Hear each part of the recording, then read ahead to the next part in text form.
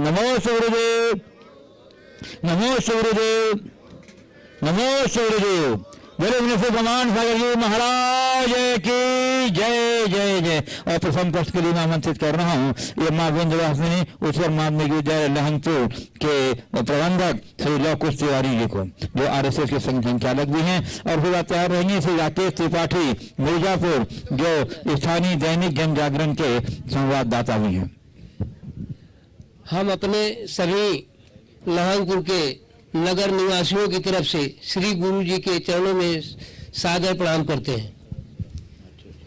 गुरु जी, हमारा प्रश्न है कि हम अपने राष्ट्र को पुनः वैभव की तरफ कैसे ले जा सकते हैं? देखिए, भारत को अगर वैभव की तरफ ले जाना है तो हमें प्राचीन भारत को भारत का आदर्श बनाना होगा। आज हम भारत में रह रहे हैं, पर अनुकरण अमेरिका का करना चाहते हैं, अनुकरण पश्चिम के देशों का करना चाहते हैं। हम सब उन मूल्यों की तरफ ध्यान दे रहे हैं और हमारे जो परंपरागत मूल्य थे उनको हमने उपेक्षा कर दी। हमें अपने पुरातन परंपरा को अपनाना पड़ेगा। जब घर घर में अपने आप ऐसे रोजगार की व्यवस्था थी जहाँ अन्य किसी की कोई ज़रूरत नहीं।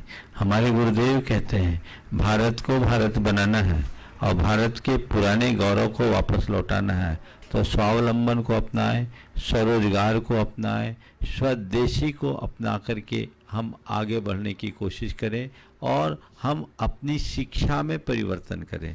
जो भारत की पुरानी अवधारणा है, हमारे यहाँ शिक्षा का मतलब केवल किताबी ज्ञान नहीं था। शिक्षा का सीख था जो हमारे जीवन के लिए बड़ी उपयोगी होती थी, जिस शिक्षा के बाद कोई बेरोजगार नहीं घूमता था। आज की शिक्षा का ये कुपरिणाम है कि PhD होल्डर भी आज चपरासी की नौकरी के लिए आवेदक बन जाता है। ये कितना बड़ा मजाक है। तो ये शिक्षा जो हमारी पुरातन शिक्षा थी, जिसका अर्थ होता था कला और गुणों का विकास, तो स्वदेशी, स्वरोजगार, स्वावलंबन और हमारी जो मूलभूत शिक्षा की अवधारणा है, इन्हें देश में जब लागू किया जाएगा तभी भारत बन पाएगा और अपने पुराने गौरव को लौटा पाएगा। श्री राकेश जी त्रिपाठी, जो दैनिक जागरण पत्र के संवाददाता हैं मिर्जापुर से, और जो तैयार रहेंगे श्री राजेंद्र त्रिपाठी जी, उत्तर प्रदेश माध्यमिक शिक्षक संघ के महासचिव एवं पत्रकार।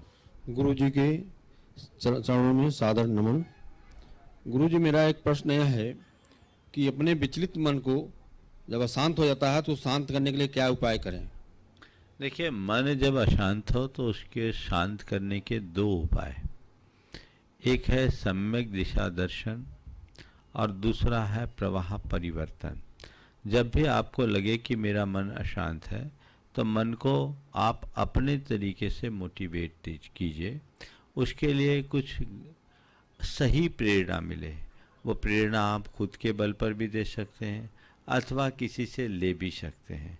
यदि उस घड़ी आपको 4 अच्छी बातें आपके मन में आ जाए तो आपका मन शांत हो सकता है, या किसी की बातें सुन ले तो हो जाए। आज के समय में मैं सभी से ये कहना चाहता हूँ, हर व्यक्ति का कोई ना कोई गुरु होता है। अपने गुरुओं से कुछ मार्गदर्शन के मंत्र रखने चाहिए कि गुरुदेव कुछ ऐसे सूत्र दे दें जो जब मन अशांत हो हम उसे सुन लें और मन शांत हो जाए। ये एक बहुत अच्छा माध्यम है, क्योंकि मन की 2 मिनट खड़े रहें आप, क्योंकि मन की अशांति की स्थिति आज हर किसी के साथ है। तो उस घड़ी यदि हमें ऐसा लगे तो वो एक बड़ी प्रेरणा होती है और उससे मन को शांति मिल जाती है। और दूसरा है प्रवाह परिवर्तन। हम मन को किसी दूसरे काम में लगा दें, तो हम यदि ये दोनों कार्यों में सक्षम होते हैं तो मन के उद्वेग को बहुत आसानी से शांत किया जा सकता है। मैं आमंत्रित कर रहा हूँ श्री राजेंद्र जी त्रिपाठी, जो उत्तर प्रदेश माध्यमिक शिक्षक संघ के महासचिव हैं, और उसके बाद तैयार रहेंगे गुणायतन ट्रस्टी श्री शरद जी शरावगी, कटनी। मैं आचार्य श्री के चरणों में अपना श्रद्धा निवेदित करता हूँ, आशीर्वाद की अभिलाषा रखता हूँ। महाराज जी से मेरा प्रश्न ये है कि इस भौतिकवादी युग में जब अभी राकेश जी ने कहा मन अशांत रहता है, तो वो कौन सा सरल उपाय है कि जो अपने जीवन को हम समाज के बीच देते हुए भी अपने जीवन को सफल बना पावें? ये मेरा प्रश्न है। अपने जीवन को समाज के लिए खपाते हुए भी सफल बनाने का उपाय क्या है? देखिए, बड़ा सरल उपाय है, ज़्यादा कुछ नहीं करना है। अपने कर्तव्यों पर हम दृढ़ रहें और कर्तव्यों का ठीक तरीके से अनुपालन करें। जीवन को हम आगे भी बढ़ा पाएंगे और समाज को भी हम अच्छा कर पाएंगे। कर्तव्य शब्द बहुत व्यापक है।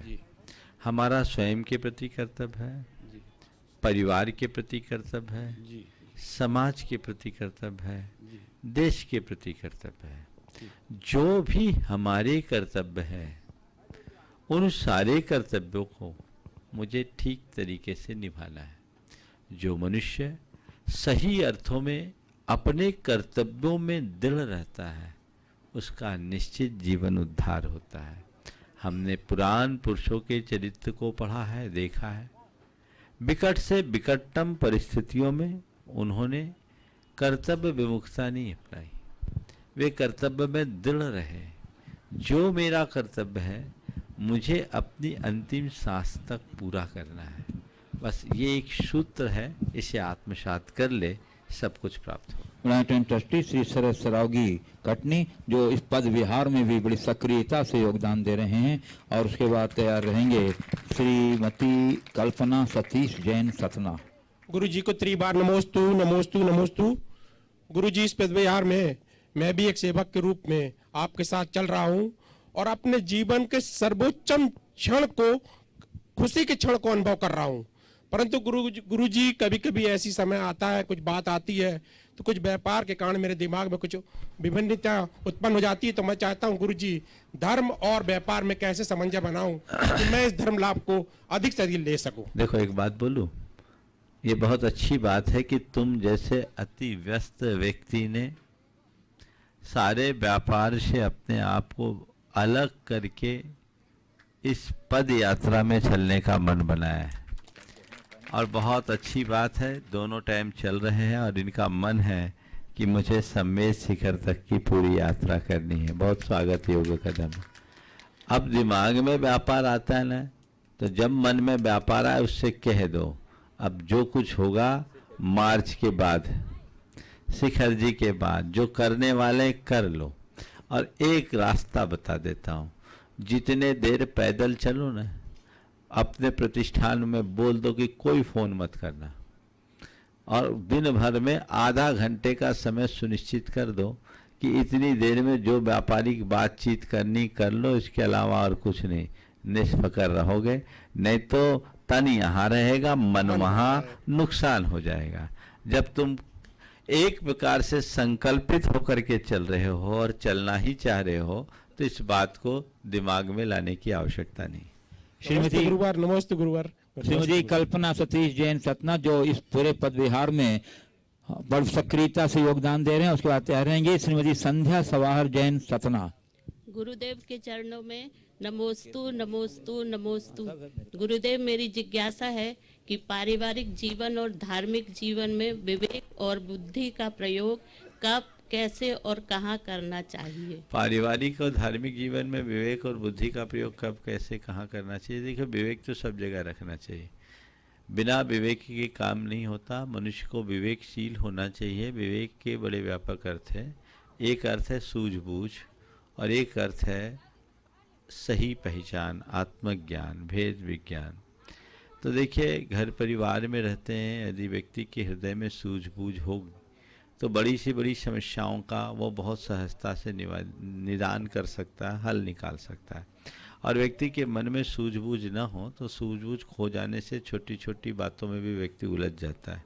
तो हमें हर हाल में विवेकमत्ता से काम करना चाहिए। बुद्धि और विवेक के अंतर को हमें समझना चाहिए। बुद्धि सदैव लाभ और हानि की बात देखती है और विवेक अच्छे और बुरे की बात करता है। लाभ हानि बहुत बड़ी चीज़ नहीं है, लेकिन अच्छा बुरा बहुत बड़ी चीज़ है। विवेक ये कहता है कि कई जगह नुकसान भी है लेकिन परिणाम अच्छा है तो स्वीकार लो, और कई जगह फ़ायदा है लेकिन परिणाम बुरा है तो उसे हटा दो। तो हमें विवेकशील होकर के जीना चाहिए और दूरगामी परिणामों को ध्यान में रख करके चलना चाहिए। बुद्धि अल्पकालिक लाभ या हित की बात करती है और विवेक दीर्घकालिक हित को साधता है। इसलिए हमें विवेक को प्रमुखता देनी चाहिए। बुद्धि जहाँ आवश्यक और अपेक्षित है उसका प्रयोग करे, लेकिन जब पारिवारिक या सामाजिक हितों की बात आती है तो वहाँ विवेक मत्ता का पूर्ण परिचय दें। श्रीमती संध्या जवाहर जैन सतना, जो पूरे बिहार में बहुत सक्रियता से योगदान दे रहे हैं बंधु, और सेवा तैयार रहेंगे श्री मुकेश मोदी कटनी। मुनिद्वय के चरणों में बारंबार नमोस्तु नमोस्तु नमोस्तु। महाराज जी, तीर्थ क्षेत्र हमारी संस्कृति एवं धार्मिक चेतना का प्रमुख आधार है, परंतु गुरुदेव अधिकांश क्षेत्रों पर जैन समाज की संख्या कम होने के कारण उस क्षेत्र का समग्र विकास एवं सुरक्षा दोनों पर नकारात्मक प्रभाव पड़ रहा है। इस दिशा में किस प्रकार का पहल करना चाहिए तथा संपन्न लोगों के इसमें क्या जिम्मेदारी बना? देखिए, तीर्थों का संरक्षण और तीर्थों का विकास हम सबकी बड़ी महती जिम्मेदारी है। निश्चित तीर्थ क्षेत्र निर्जन वनों में है और वहाँ लोगों के निवास की संभावनाएं कठिन होती हैं, पर इसका एक सरल उपाय है कि हम तीर्थ यात्रा की प्रवृत्ति बढ़ाएं, तीर्थों में हमारा आवागमन बना रहे। अगर तीर्थों में आवागमन होता है तो वहाँ संसाधन भी विकसित होते हैं और तीर्थों की आवक बढ़ने से उसके संरक्षण की भी व्यवस्था हो सकती है। अगर हम तीर्थ यात्रा के प्रति सतत उत्साहित बने रहेंगे तभी हमारे तीर्थ संरक्षित रहेंगे, सुरक्षित रहेंगे। इसलिए सभी लोगों को चाहिए कि वे अपने साल में कुछ दिन तीर्थ यात्राओं के लिए जरूर निकालें और तीर्थ यात्राओं में भी उन तीर्थों को खोज करके चुनें जहाँ लोग कम जाते हैं, तो हमारा सभी तीर्थ सुरक्षित होगा और हम उसका व्यवस्थित संरक्षण कर सकेंगे। गुरुवर नमोस्तु। बोलो। मैंने काफ़ी यात्राएं की, काफ़ी क्षेत्रों के दर्शन करने गए, दक्षिण उत्तर मध्य सभी जगह, लेकिन देखने में ये आ रहा है, मैं कुछ उदाहरण के नाम पे नाम भी ले रहा हूँ।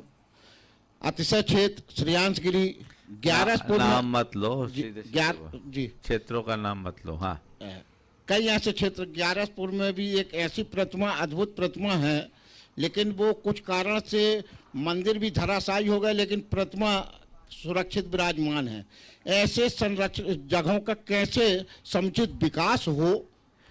देखिए, ये क्षेत्र हमारे कुछ तो काल के प्रभाव से, कुछ उपेक्षा के कारण प्रभावित हुए। बहुत सारे क्षेत्र जो हैं पुरातत्व विभाग के अंतर्गत चले गए, वहाँ तो हम कुछ कर नहीं सकते, लेकिन जिन क्षेत्रों को समाज ने संभाला है आज उनका विकास हो रहा है और उन विकास के लिए एक ही उपाय है कि ऐसे क्षेत्रों का ठीक तरीके से प्रचार प्रसार हो और लोगों का आवागमन बढ़े। नमोस्तु। श्री मुकेश मोदी कटनी। बंधुओं, सारी व्यवस्थाओं का मुख्य आधार होता है भोजन व्यवस्था, और इतनी सुंदर व्यवस्था इन्होंने भोजन की है कि सभी लोग बड़े मुग्ध हैं इनकी व्यवस्था से। एक बार जोरदार खत्म होते हमारे मुकेश मोदी जी का। हाँ, बारातियों की तरह लोग बोल रहे हैं, भैया हम बारात में चल रहे हैं कि बिहार में चल रहे हैं। बहुत सुंदर बारात में चलिए।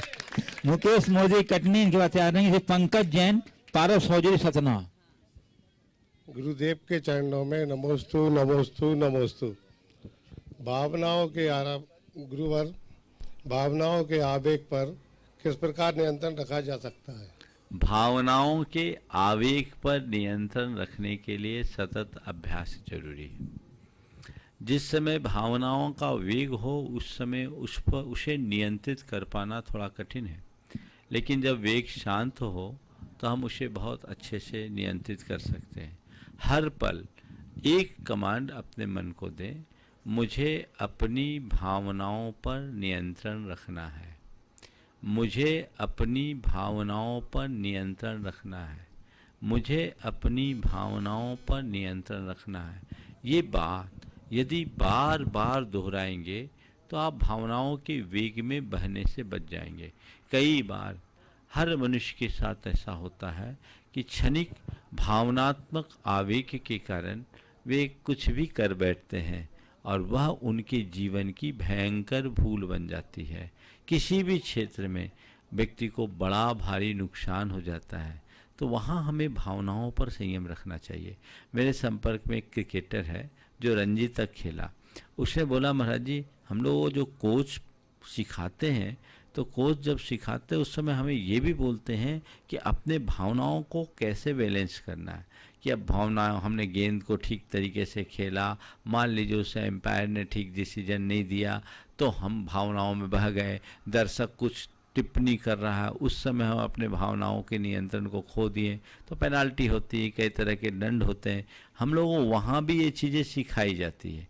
तो एक मैनेजमेंट का भी एक हिस्सा है कि हम अपनी भावनाओं पर नियंत्रण रखें। आप दुकान में बैठे और ग्राहक के साथ भावना में बह जाओगे तो भट्टा बैठ जाएगा। तो भावना पर नियंत्रण आवश्यक है, अपेक्षित है। भावना होनी चाहिए, भावना शून्य होना ठीक बात नहीं है, पर भावनाओं के बहाव में बह जाना भी अच्छी बात नहीं। मैं हूं पंकज जैन, पदयात्री, पारस औजरी सतना, और उसके बाद मैं आसन करूँ श्री नंदन जैन, अमर पाटन। महाराज श्री के चरणों में सत सत नमन। महाराज श्री, जैन धर्म की उत्पत्ति कब और कैसे हुई? जैन धर्म की उत्पत्ति कब और कैसे हुई? जब से संसार है तब से जैन धर्म है, समझ गए? जी जी। संसार अनादि से तो जैन धर्म भी अनादि से। वर्तमान में जैन धर्म का प्रवर्तन भगवान ऋषभदेव के द्वारा हुआ। ठीक, चलिए।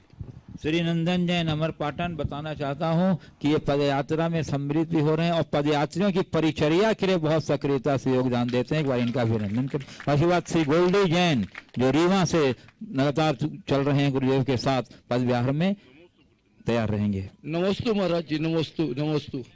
महाराज श्री, बड़े वृक्षों के नीचे छोटे पौधे नहीं पनप पाते हैं, यही स्थिति देश में और समाज में है। छोटे पौधे अपना अस्तित्व कैसे बचा के रखें, कृपया समाधान करें। ये बात सही है कि बड़े वृक्षों के बीच नीचे छोटे पौधे नहीं पनप पाते, पर मैं एक बात बोलूं, छोटे वृक्षों को पनपाने के चक्कर में बड़े वृक्ष ही नहीं पनप पाएंगे। हजार छोटे पौधे जो छाया और फल नहीं दे सकते, एक बड़ा वृक्ष हमें वो फल देता है, वो छाया देता है। इसलिए छोटे वृक्षों को चाहिए कि हम बड़ों का ध्यान रखें।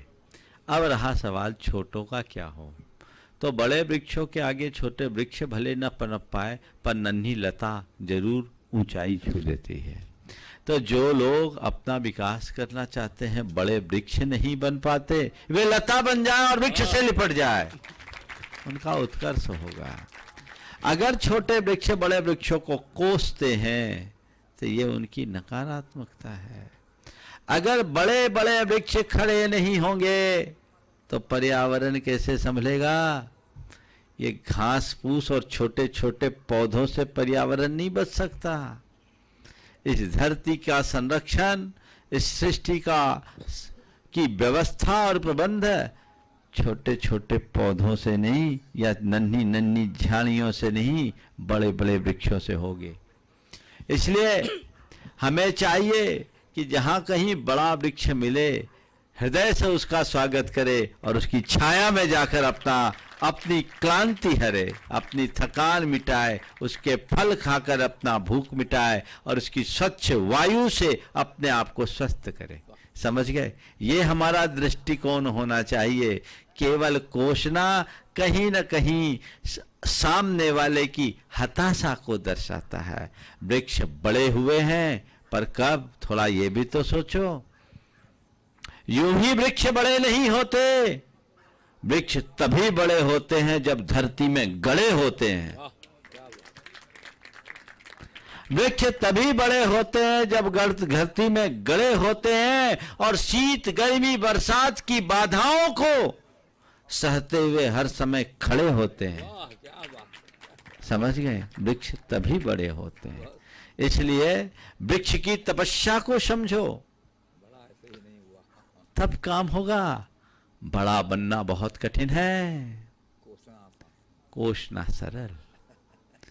अरे ये तो बड़े बड़े वृक्ष है, छोटे वृक्षों का रस इनने ले लिया। ध्यान रखना, बड़े वृक्ष ना हो तो प्रकृति का संतुलन न मिले बढ़े, और प्रकृति का संतुलन बिगड़ जाए, ऊपर से बरसात ना हो तो छोटे वृक्षों को उपवास से रहना पड़ेगा, फिर कुछ भी नहीं बचेगा। धरती पर रस भी अगर बढ़ रहा है तो बड़े वृक्षों के कारण है। इस वास्तविकता को गहराई से समझने की आवश्यकता और अपेक्षा है। तभी काम हो सकता है। गोल्डी जैन रीवा जो एक पदयात्री के रूप में बहुत सक्रियता से योगदान दे रहे हैं, और उसके बाद तैयार रहेंगे ग्रैंटन ट्रस्टी श्री मुकेश कीर्ति मृणाल जैन। गुरु जी के चरणों में हमारा और हमारे परिवार सादर नमोस्तु नमोस्तु नमोस्तु। गुरु जी, हमारा सवाल है, मन की कड़वाहट को कैसे दूर करें? मन की कड़वाहट को कैसे दूर करें? मैं एक पूछता हूँ, कोई कड़वी चीज खा लेते हो, मुंह में कड़वी चीज खाते हो तो क्या करते हो? खाने में कोई कड़वी चीज आ जाए तो क्या करते हो? बोलो। थोड़ा सा मीठा खा लेते। हाँ, थोड़ा सा मीठा खा लेते हैं। आए गड़बड़ है, ये सही उत्तर नहीं है। मुंह में कड़वी चीज चले जाए तो कड़वी खाते हो कि उसको उगलते हो? उगल देते हैं। बोलो ना, उगल देते हैं। तो मन में कड़वापन आए तो जिसके कारण कड़वापन आया उसको उगल दो, कड़वाहट खत्म। इतना ही तो करना है। अंदर रखोगे तो कड़वाहट बना रहेगा, चाहे उसके ऊपर कितना भी मीठा खा लो। बोलो, कड़वी चीज खाने के बाद ऊपर से मीठा खा लेंगे तो भी कड़वी डकार आती कि नहीं आती? अनुभव है ना। इसलिए क्या करो, जिससे कड़वाहट प्रकट हो उसे उगल दो। जीवन की सार्थकता इसी में। ग्रैंटन ट्रस्टी श्री मुकेश कीर्ति मृणाल जैन दिल्ली जो पूरे पद विहार में बड़े श्रद्धा और समर्पण के साथ अतिथि समय भागवत में अपना योगदान दे रही हैं। एक बार जोरदार करते ध्वनि से इनका अभिनंदन कर लीजिए। और ये बात तैयार रहेंगे अंजू जैन ग्रैंटन ट्रस्टी प्रमाणिक समूह की सक्रिय सदस्य कोटा। नमोस्तु गुरुदेव। आप हमेशा कहते हैं कि प्रतिकूल परिस्थिति में सहज रहें, समता रखें, कोई प्रतिक्रिया नहीं करें और सुख दुख में हर्ष और विषाद नहीं करें। तो गुरुदेव, निरंतर ऐसी प्रवृत्ति करने से क्या हमारी संवेदना प्रभावित नहीं होगी या क्या हम निष्ठुर नहीं बन जाएंगे? तो गुरुदेव, हम कैसे ध्यान रखें कि हम बॉर्डर लाइन से विपरीत तो नहीं जा रहे? मैं पूछता हूँ, संवेदना या वेदना किसे प्रमुखता दोगे? इन परिस्थितियों में विचलित होकर वेदना का अनुभव करना अच्छा है या इनमें तटस्थ रहना अच्छा है? तटस्थ रहना। तो बताओ, इसलिए वेदना से बचो, संवेदना कहीं नहीं जाएगी। समझ गए? जो हमारे मन को दुखी बनाए, पीड़ा दे, त्रास दे, उससे हमें हमेशा बच के रहना चाहिए। नमस्ते गुरुदेव। पूछेंगे ग्रैंटन ट्रस्टी अंजू जैन जो प्रमाणिक समूह की सक्रिय सदस्य हैं और ये भी अतिथि संभागवत में बहुत सक्रियता से योगदान दे रही हैं। और इसके बाद तैयार रहेंगे श्री नीरज सेठिया अयोध्या। नमोस्तु गुरुदेव। नमोस्तु नमोस्तु गुरुदेव। जब भी हमें क्रोध आता है तो हम बोल देते हैं क्या करें, परिस्थिति ऐसी थी, सामने वाले ने बात नहीं मानी। जब भी मान आता है तो हम बोल देते हैं कि नहीं, ये हमारा स्वाभिमान है। जब भी हमारे अंदर मायाचारी होती है तो हम बोल देते हैं कि ये स्मार्टनेस है। और जब भी हमारे अंदर लोभ होता है तो हम बोल देते हैं कि ये उन्नति के लिए आवश्यक है। तो गुरुदेव, हम अपनी बुराइयों को या तो अच्छाई का नाम दे देते हैं या फिर हम किसी पर दोषारोपण करते हैं। तो इस प्रवृत्ति से कैसे बचें? देखिए, बुराइयों को पुष्ट करने का चतुराई भरा तरीका है और जो लोग बुराइयों को स्वीकार लेते हैं उनके जीवन से बुराइयां कभी दूर नहीं होती। बुराइयां तभी दूर होगी जब हम बुराइयों का स्वीकार करें। इसलिए इस तरह की दुर्बलताओं से हमें अपने आप को बचाना चाहिए, दूर रखना चाहिए और जो कमी है उसे सहज भाव से स्वीकारना चाहिए। नमस्ते गुरुदेव। नीरज सेठिया अयोध्या। और उसके बाद तैयार रहेंगे श्री विनोद जैन। महाराज जी, मेरे पूरे परिवार की तरफ से आपके चरणों में त्रिवार नमोस्तु निवेदित करते हैं। महाराज जी, श्रेयांसनाथ भगवान की जन्मभूमि सारनाथ सिंहपुर में पूरी तरह से नए मंदिर का निर्माण चल रहा है। संतशाला का भी निर्माण हो चुका है। पलके बिछा करके सारे लोग बैठे हुए हैं कि आप वहां पर पधारें, निवेदित करते हैं। महाराज जी, मेरा प्रश्न ये है कि भक्त और शिष्य में अंतर क्या होता है? हम अति बुद्धिमान भक्त तो बन गए, लेकिन विवेकवान शिष्य कैसे बने और कम से कम समय में ज्यादा से ज्यादा निर्जरा कैसे करें? देखिए, भक्त और शिष्य में क्या अंतर होता है? बड़ा सरल शब्दों में उत्तर दे रहा हूँ। भक्त वो है जो चरण पकड़े, शिष्य वो है जो आचरण पकड़े। भक्त वह है जो चरण पकड़े, शिष्य वह है जो आचरण पकड़े। भक्त वह है जो पीछे लगे और शिष्य वह है जो पीछे चले। किसी के पीछे लगना बड़ा सरल है, पर किसी के पीछे चलना, उसका अनुकरण करना बहुत कठिन है। भक्त वह है जो प्रशंसा और पूजा करता है और शिष्य वह है जो अपने गुरु या प्रभु को अपने हृदय में बसा लेता है। बस वो हमारे भीतर भूमिका बन जाए तो हम भक्त से शिष्य हो जाएंगे। भक्त में श्रद्धा होती है और शिष्य में समर्पण। अमर पाटन समाज के अध्यक्ष श्री विनोद जी और उसके बाद तैयार रहेंगे श्रीमती हमारे से नवेश जी, इंजीनियर सतना। कोट कोट अमर पाटन समाज का नमन। हमारा सवाल यह है कि हम अध्यक्ष होते हुए अपने कार्य का निर्वाह कैसे करें। देखिए, आपका ही नहीं, आप जैसे सभी उन तमाम लोगों का भाव है जो आज किसी प्रकार के सामाजिक या किसी धार्मिक संस्थान के दायित्व को संभाल रहे हैं। देखिए, मैं आपके माध्यम से उन सबको एक संदेश देना चाहता हूँ। एक व्यवस्था के तहत किसी एक जवाबदार आदमी को जवाबदारी दी जाती है, लोग देते हैं, लेकिन हमें चाहिए कि हम अपने अंदर कभी अपने पद का अभिमान न आने दें। मैं अध्यक्ष हूँ, लोग मुझसे कहते हैं ठीक है, लेकिन अध्यक्ष होने के नाते मैं अपने भीतर अपनी अध्यक्षता का अभिमान न करूँ, नंबर 1। नंबर 2, टीम भावना बनाओ। मेरे साथ जितने लोग हैं, मेरे नीचे के जितने लोग हैं, उन सब के बीच टीम भावना होनी चाहिए, तब मैं सबको साथ लेकर चलने में समर्थ होऊंगा। तीसरी बात, सारा श्रेय खुद न लें, औरों को श्रेय देने की कला सीखें।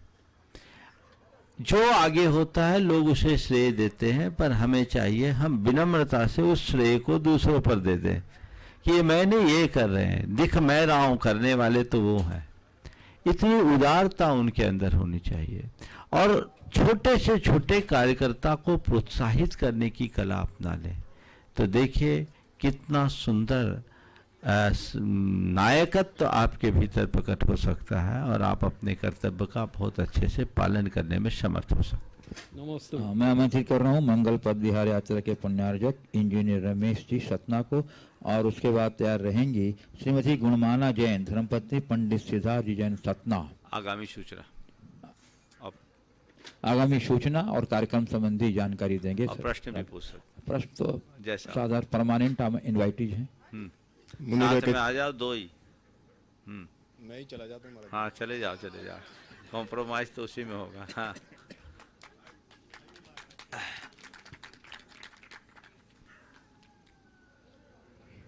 जीवन को सुखद बनाने के लिए इस टाइप का एडजस्टमेंट अगर सभी करेंगे तो हमारे लिए नहीं, अपने आप के लिए ताली बजाओ। मुनिदेव के चरणों में त्रैवार नमोस्तु। जिनवाणी चैनल, पारस चैनल और प्रमाणिक ऐप के माध्यम से सभी धर्मानुरागी बंधुओं को लगभग रोज ही एक जानकारी दी जा रही है कि एक अद्भुत यात्रा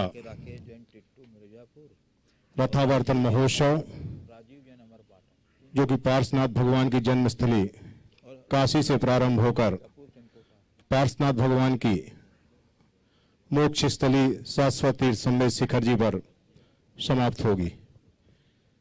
हम सभी जानते हैं कि भगवान पार्श्वनाथ के साथ अनेक विशेषण उपयोग में आते हैं। कहीं उनको चिंतामणि बिंधान कहा जाता है, कहीं संकट मोचक कहा जाता है, आदि ऐसे अनेक विशेषण पार्श्वनाथ भगवान के साथ लगाए गए हैं। और जब ये विशेषण लगे हैं तो यूं ही नहीं लगे होंगे।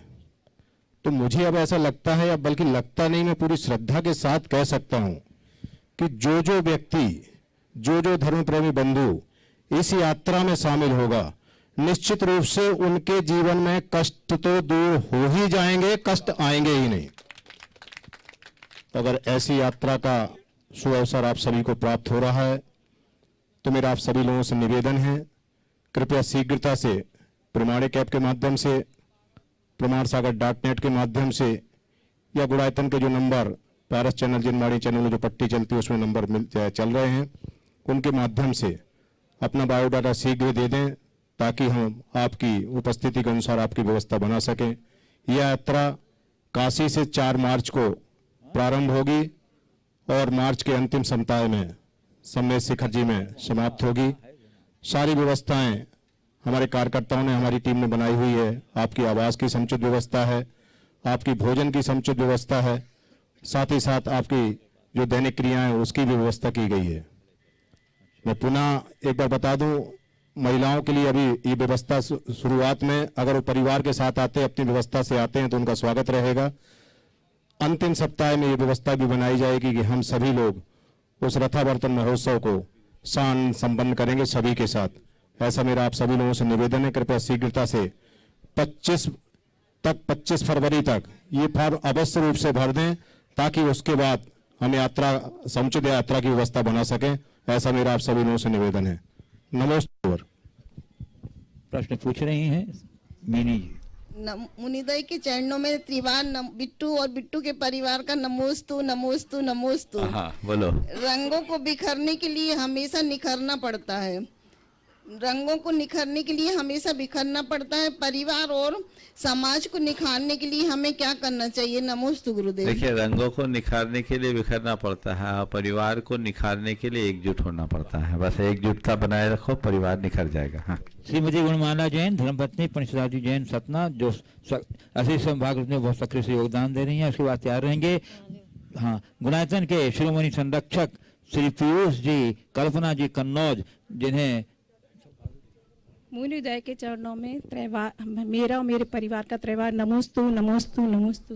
महाराज जी, अक्सर ऐसा देखने में आता है कि इंसान परिस्थितियों का दास बन जाता है। हम ऐसा क्या करें कि परिस्थितियां हमारे दास बन जाएं? देखिए, परिस्थितियों को अपना दास बनाना है तो एक ही उपाय है, कोई भी परिस्थिति आए डटकर उसका सामना करो, उन्हें एक चुनौती मानो और अपनी उपलब्धियों में परिवर्तित करो। नमोस्तु। हाँ, शिरोमणि संरक्षक श्री पीयूष जी, कल्पना जैन कन्नौज, और उसके बाद कुमार अक्षय जैन मोहंद्रा, राकेश जैन डिट्टू मिर्जापुर और राजीव जैन अमरपाटन, तीनों एक साथ खड़े हो जाएंगे और क्रम से प्रश्न पूछ लेंगे। नमोस्तु गुरुदेव, नमोस्तु नमोस्तु नमोस्तु। महाराज श्री, जीवन में कठिन परिस्थितियों में अपने आप को सहज बनाए रखने के लिए हमें क्या प्रयत्न करना चाहिए?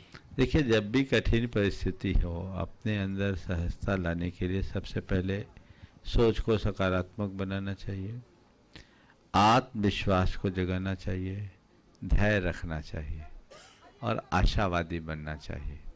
यदि ये चारों बातें हम आत्मसात कर ले तो विषमतम परिस्थितियों में स्थिरता रखने की क्षमता हम अपने भीतर विकसित कर सकेंगे।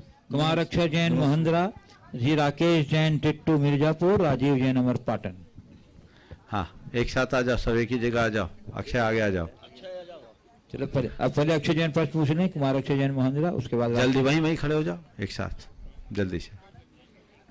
महाराज जी के चरणों में त्रिवार नमोस्तु नमोस्तु नमोस्तु। महाराज जी, मेरा प्रश्न यह है कि जीवन की भागदौड़ में कभी कभी ऐसी स्थिति भी आ जाती है कि ना ही बोल सकते हैं और ना ही कोई प्रतिक्रिया दे सकते हैं, तो इस स्थिति में हमें क्या करना चाहिए? ना बोल सकते हैं, ना प्रतिक्रिया दे सकते हैं, उस समय हमें थोड़ा सकारात्मक सोचना चाहिए और धैर्य रखना चाहिए। नमोस्तु महाराज जी, नमोस्तु। मेरा प्रश्न ये है महाराज जी, जीवन में सुख दुख एक सिक्के के दो पहलू हैं, इनका अपने जीवन में किस प्रकार उपयोग करें जिससे हमारा जीवन सार्थक हो जाए? देखिए, सुख दुख जीवन के एक पहलू, इसे जानो। और एक किस्सा सुना देता हूँ जी। एक बार एक राजा बहुत विचलित हुआ कि सामने युद्ध होने वाला है, मैं जीतूंगा कि हारूंगा। उसको आत्मविश्वास की कमी थी। एक संत के पास पहुंचा, संत ने उससे कहा, देख मेरे पास एक चमत्कारी सिक्का है, इसे उछालता हूँ, फैसला भी हो जाएगा। उन्होंने कहा ठीक है। उनने झोले में हाथ डाला और सिक्का उछाला, बोला हेड या टेल? उन्होंने बोला हेड। निकला हेड। और वो उसका आत्मविश्वास जग गया और वो युद्ध लड़कर आया, जीता और जीत करके उस संत के चरणों में जाकर आभार प्रकट किया कि आपकी कृपा से ये इतना बड़ा युद्ध में जीत गया, आपका बहुत बहुत आभार।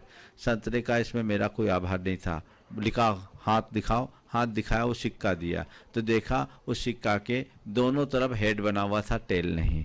समझ गए? तो बस मैं आपको ये सूत्र देता हूँ, अपने जेब में हमेशा एक ऐसा सिक्का रखो जिसके दोनों तरफ सुख हो, दुख की बात ही ना हो। सुख में तो सुख है ही, दुख में भी सुख मनाने की कला अपना ले ताकि हमारा जीवन धन्य हो सके। जैन मिर्जापुर और उसके बाद तैयार रहेंगे श्री विक्रम जी जैन मिर्जापुर। नमोस्तु गुरुवर, नमोस्तु गुरुवर, नमोस्तु गुरुवर। आपका आगमन हमारे घर मिर्जापुर में हो रहा है। हाँ बोलो।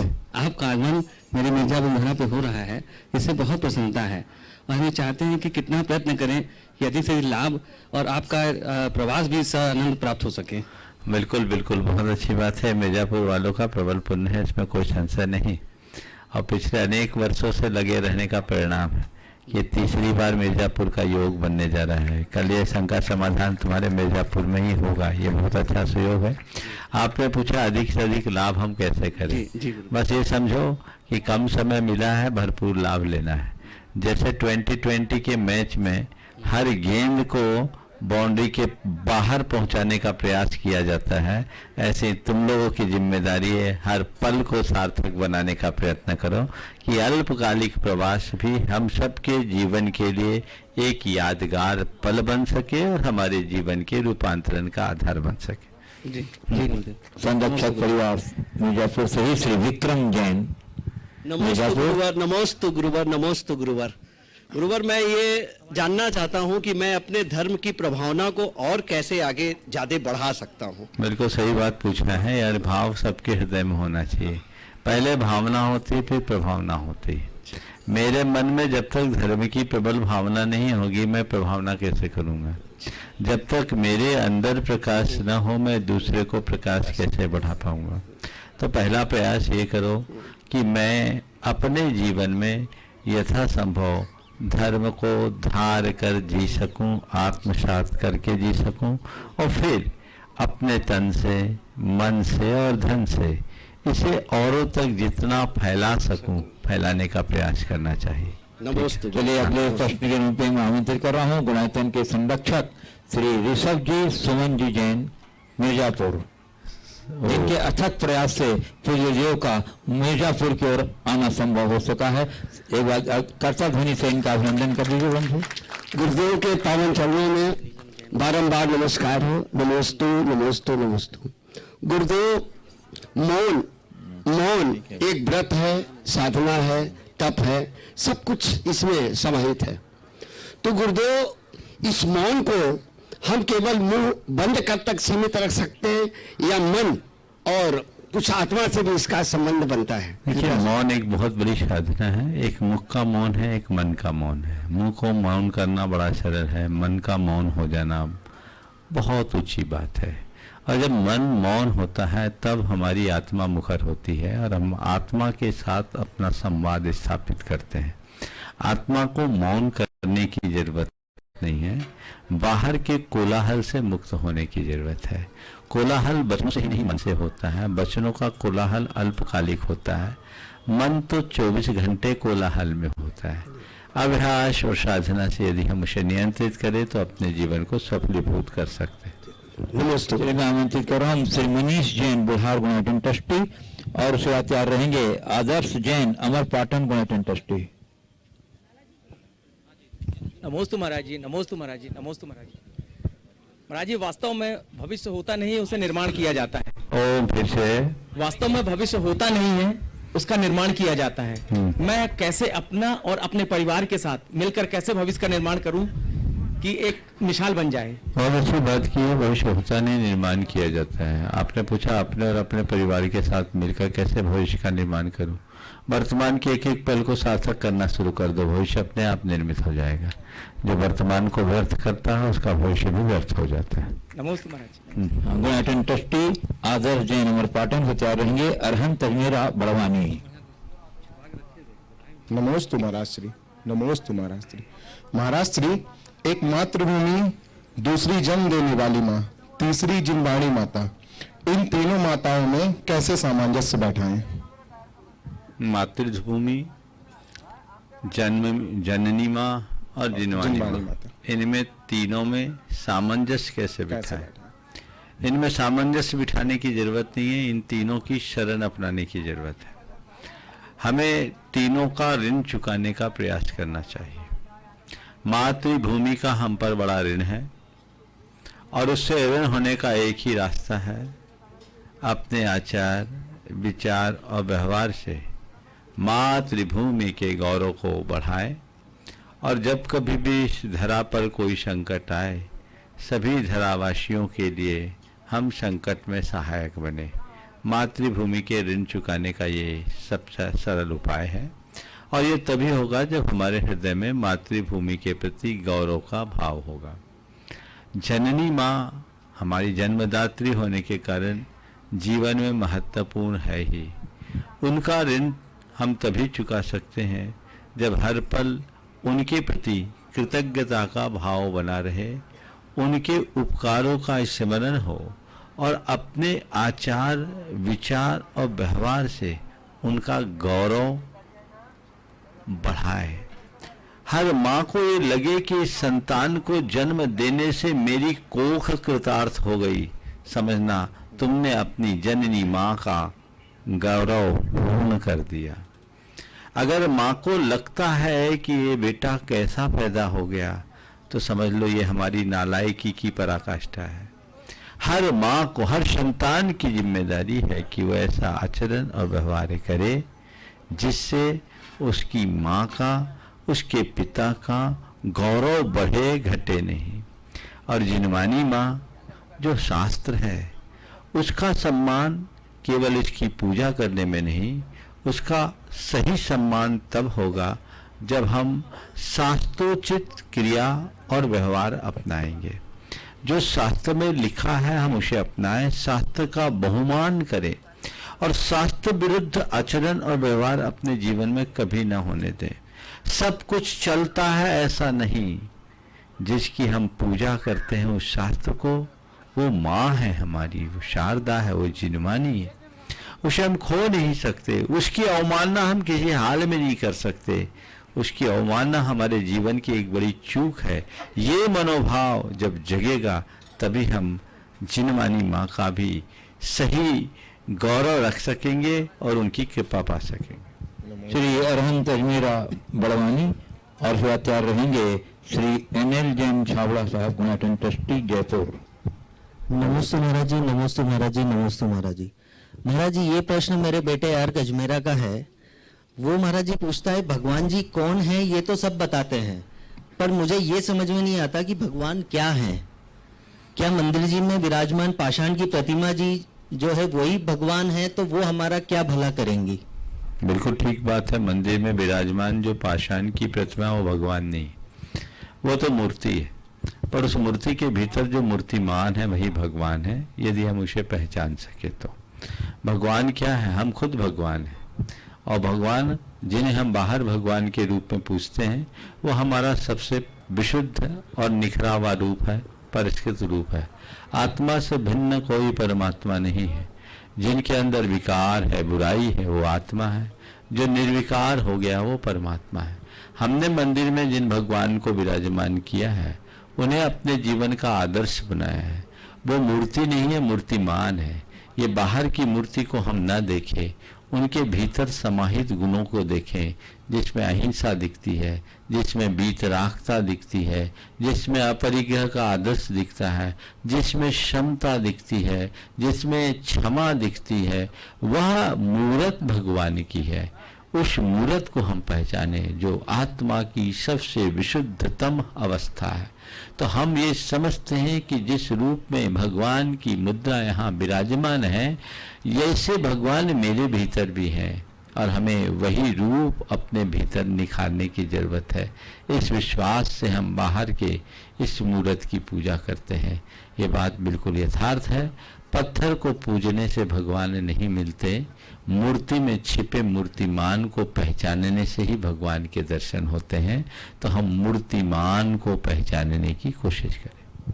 श्री NL जैन छावड़ा साहब, जयपुर, राजस्थान, गुणाटन ट्रस्टी तैयार रहेंगे श्री संजीव जैन, जयपुर। उसके बाद गुरुवर, मेरी ओर से, मेरे परिवार की ओर से, गुणायतन के सभी सहयोगियों की ओर से हार्दिक नमन, वंदन।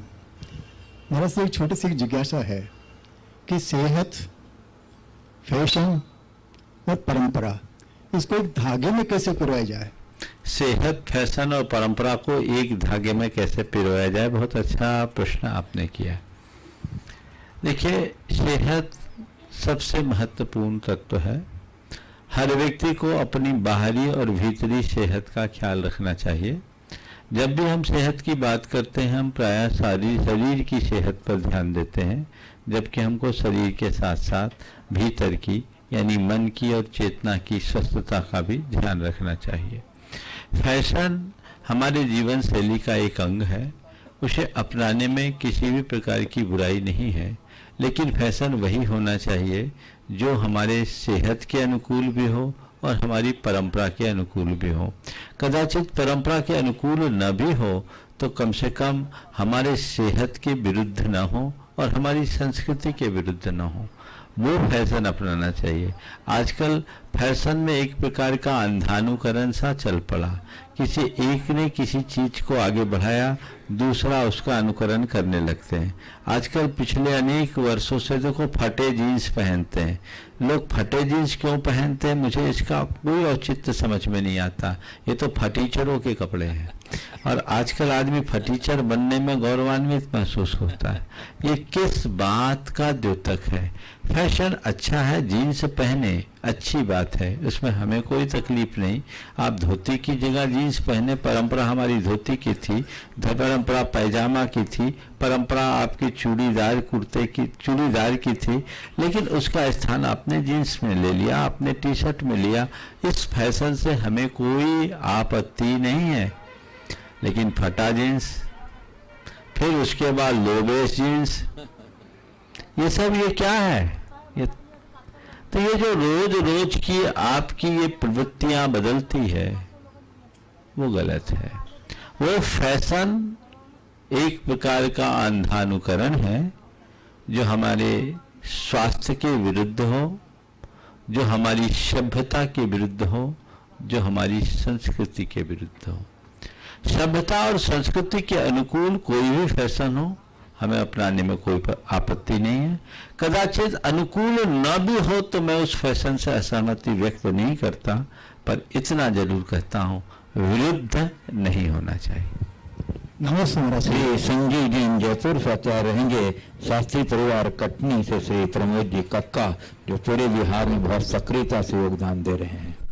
नमस्ते गुरुवर, नमस्ते गुरुवर, नमस्ते गुरुवर, नमस्ते गुरुवर। मेरा प्रश्न कुछ इस तरह का है कि अनादिकाल से यह जीव निगोज से लेके अनंत कितनी तरह की गतियों में भ्रमण करता हुआ हम मनुष्य गति को प्राप्त किए और मनुष्य गति में आकर के भी जैन कुल को प्राप्त किए और उसके बावजूद भी हम दुनिया भर की कषाय, दुनिया भर के लोग पाप और अन्य सब तरह के पांचों पापों को हम करते हैं और इन सब चीजों का ज्ञान होने के बाद भी हम इस चीज को समझने के बाद भी हम इन चीज से क्यों नहीं विमुख होते? ऐसा क्या कारण हमारी बुद्धि में मलिनता आती है या काल प्रभाव है? ये आज तक अभी समझ में नहीं आ रहा, इसको दोष को दूर कैसे करें? जिया जग धोखे की टाटी, जान बूझ कर अंध बने हैं, आंखन बांधी पाटी, जिया जग धोखे की टाटी। तो ये धोखा है, इस धोखे से बाहर आना होगा, तभी हम कुछ अच्छा कर पाएंगे। ये हमारी अज्ञानता का फल है और हमारे मोहजन्य संस्कार का परिणाम। हम जब तक इन्हें जीतेंगे नहीं तब तक अपने जीवन में बदलाव घटित नहीं कर सकेंगे। श्री मोस्टू कक्का शास्त्री परिवार कटनी से रहेंगे। श्री अनिल जैन गोटेगांव बिहार में। गुरुदेव के चरणों में अनंत कोटि नमोस्तु। हे गुरुदेव, इस जंगल में और मंगल विहार अपने आप में अद्भुत है और उसकी जो जो गति बढ़ती जा रही है तो लोगों में उत्साह भी बढ़ता जा रहा है। आपके साथ बुजुर्ग से लेके और बच्चे तक के पदयात्री इस मंगल विहार में सम्मिलित हैं। मैं चाहूंगा कि कैमरा उनकी तरफ आए। भाई अक्षय जी जैन महिंद्रा, अरिहंत अजमेरा बड़वानी, मुकेश जी मोदी कटनी, कपूर चंद जी जैन कोटा, आरमन जैन, चंदन जैन व्यवहारी, पवन जैन, अभिषेक जैन, चंचू व्यवहारी, अनिल जैन, जवाहर जैन सपना, राहुल जैन गोल्डी, अंकित जी जैन मैयर, संस्कार जी जैन मैयर, शरद जी सरावगी, अनिल जी गोटेगांव और हमारे नंदन भैया तो सबके आगे चल रहे हैं। अनिल जोरदार नहीं, अनिल गढ़ाकोटा। गढ़ाकोटा। हाँ, जोरदार तालियों के साथ मैं चाहूंगा कि पूरा देश इनका अभिनंदन करे और इनके कन्नों से कन्नों मिलाकर हमारे इस मंगल पे बिहार में आगे से सम्मिलित हो सतीश जैन सतना। सभी लोगों की जोरदार तालियों के साथ हम अभिनंदन कर रहे हैं। और चौका बिहार में भी महाराज सभी महिलाएं और अमर पाटन नंदन भैया और सब लोग खड़े महाराज जी। अमर पाटन के विनोद जी, नंदन जी, वो बुजुर्ग दादा महाराज जी सक्रियता बिल्कुल एक मिनट नहीं छोड़ते गुरुदेव को। मैं ऐसी भक्ति के लिए प्रणाम करता हूँ गुरुदेव। चलो, और एक प्रश्न रखता हूँ। बिल्कुल, बहुत लगन के साथ ये सब मेरे कदम से कदम मिला करके चल रहे हैं। सभी को साधुवाद, आशीर्वाद। चलिए बैठिए। हाँ गुरुदेव, प्रश्न है कि सिर्फ इतना कसूरवार हूं मैं क्योंकि चाहता गुरुदेव बेशुमार, क्योंकि चाहता आपको बेशुमार हूं मैं। सिर्फ इतना कसूरवार हूं मैं क्योंकि चाहता आपको बेशुमार हूं मैं। हे गुरुदेव, कसूर इतना कैसे बढ़े कि भव भवांतर तक मैं भी गुरु चाहे मेरे से न छूटे और मैं बेशुमारों की लिस्ट में आगे बना रहूं गुरुदेव। कसूर ऐसा कैसे बढ़े कि गुरु चाह न छूटे और मैं बेशुमारों की सूची में आगे बढ़ता रहूं। बस ये कसूर ही कुछ ऐसा है कि एक बार कसूर करने के बाद जिंदगी भर मनुष्य कसूरवार ही बना रहता है। अब भगवान से एक ही प्रार्थना करना है, प्रभु ये कसूर मेरे जीवन का उसूल बन जाए ताकि हम अंत तक अपने उसूल से जुड़े रहे। नमस्ते गुरुदेव। नमस्ते गुरुदेव। आमंत्रित कर रहा हूँ अनिल जैन गढ़ाकोटा और उसके बाद तैयार रहेंगे मंगल विहार यात्रा के पुण्यार्जक प्रेमी परिवार के श्री रमेश, इंजीनियर रमेश जी जैन सतना। हे जगत की शंका का समाधान करने वाले जगत पिता गुरुदेव द्वय के चरणों में मेरा व मेरे परिवार का नमोस्तु नमोस्तु नमोस्तु। गुरुदेव, मेरी जिज्ञासा है कि मंदिर में किसी मुनि या आचार्य विशेष की प्रतिमा स्थापित की जा सकती है? देखिए, हमारे यहाँ हमारे मूल आराध्य पंच परमिष्टि और 24 तीर्थंकर हैं। प्राचीन काल से 24 तीर्थंकरों की ही प्रतिमा हमारे जिनालियों में स्थापित होती रही है। अभी कुछ दिनों से तीर्थंकरों के अतिरिक्त अन्यों की प्रतिमाओं को स्थापित किया जाने लगा। कई जगह गणधरों की भी प्रतिमा अब स्थापित होने लगी है। प्राचीन काल में ऐसा कहीं नहीं था। पंच परमेष्टि की प्रतिमा को स्थापित करने का उल्लेख शास्त्रों में मिलता है, लेकिन वो परंपरा बहुत आगे नहीं चली। बहुत थोड़े मंदिरों में वैसे मिली। उसमें अरहंत सिद्ध आचार्य, उपाध्याय और साधु, जो कि आचार्य के रूप में एक आचार्य की, उपाध्याय के रूप में उपाध्याय की और साधु के रूप में साधु की। किसी आचार्य विशेष की नहीं, उपाध्याय विशेष की नहीं, साधु विशेष की नहीं। हमारे अतीत में ऐसे अनेक अनेक महान महान आचार्य हुए हैं। उन आचार्यों की प्रतिमाएं हमें कहीं देखने को नहीं मिलती, कुछ अपवादों को छोड़कर। इसलिए आचार्य विशेषों की प्रतिमाएं मंदिरों में स्थापित करना मेरी दृष्टि से औचित्यपूर्ण नहीं है, क्योंकि इस तरीके से प्रतिमाओं को स्थापित करने की परंपरा अगर बनी रही तो मंदिरों में इतने आचार्य ही भगवान की तरह पूजे जाने लगेंगे कि हमारे मूल आराध्य हमसे दूर हो जाएंगे। इसलिए हम एक आचार्य की प्रतिकृति बनाकर सभी आचार्यों की पूजा करें, उसमें कोई हानि नहीं है, लेकिन आचार्य की अलग से प्रतिमा विराजमान करने की बात मुझे ठीक नहीं जचती। इस प्रकार आज के इस सत्र को परम पूज्य गुरुदेव के चरणों में नमन अर्पित करते हुए मैं यहीं पर विराम दे रहा हूँ।